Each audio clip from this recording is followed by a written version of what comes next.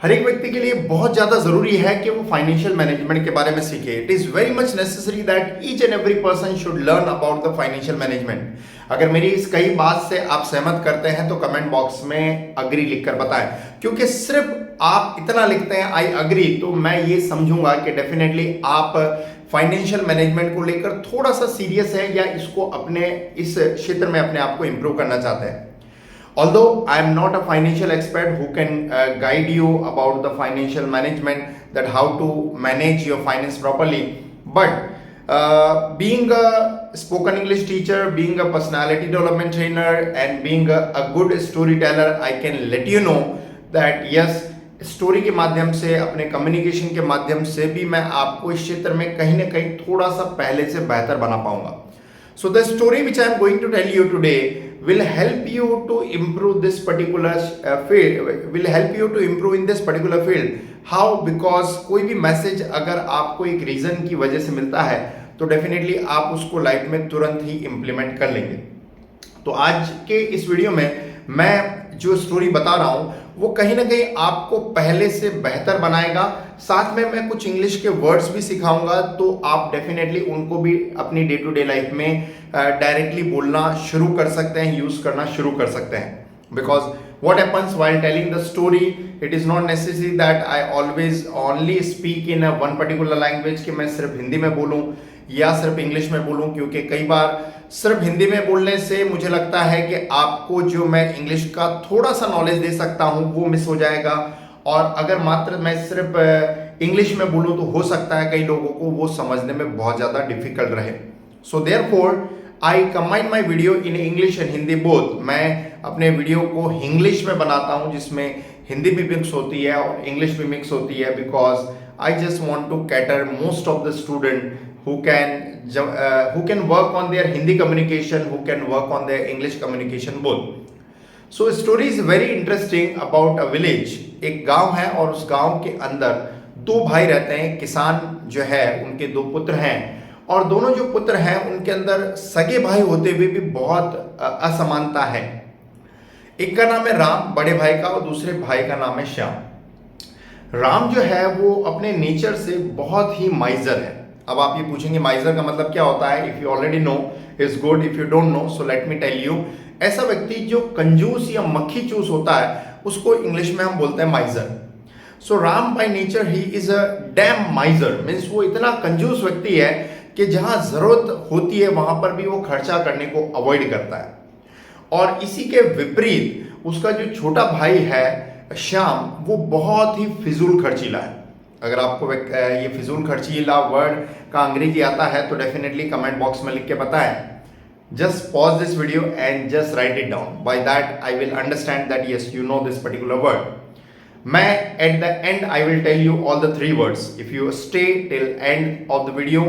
एक ऐसा व्यक्ति जो कंजूस है, उसका अपोजिट फिजूल खर्चीला, और इन दोनों के बीच का व्यक्ति वो क्या कहलाता है, I will tell you at last. तो जो श्याम है वो बहुत ही फिजूल खर्चीला इंसान है।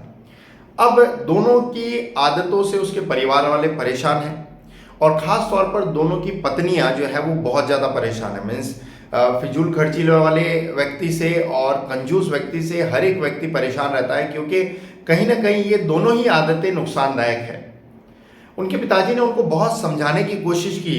His father tried to make them understand a lot, लेकिन दोनों ही समझने को तैयार ही नहीं थे। दोनों अपने नेचर से कहीं ना कहीं फिक्स थे कि एक फिजूल खर्चीला था और एक बहुत ज़्यादा कंजूस था। एक बार क्या होता है, कहानी में ट्विस्ट इस प्रकार से आता है कि उस गांव में एक महात्मा जी की एंट्री होती है जो हर एक व्यक्ति की समस्या को सुनकर कहीं ना कहीं उनका समाधान देने की कोशिश करते हैं। अब जो किसान है उसे जैसे ही इस बारे में जानकारी मिलती है तो वो महात्मा जी के पास पहुंच जाते हैं और अपनी सारी प्रॉब्लम बताते हैं।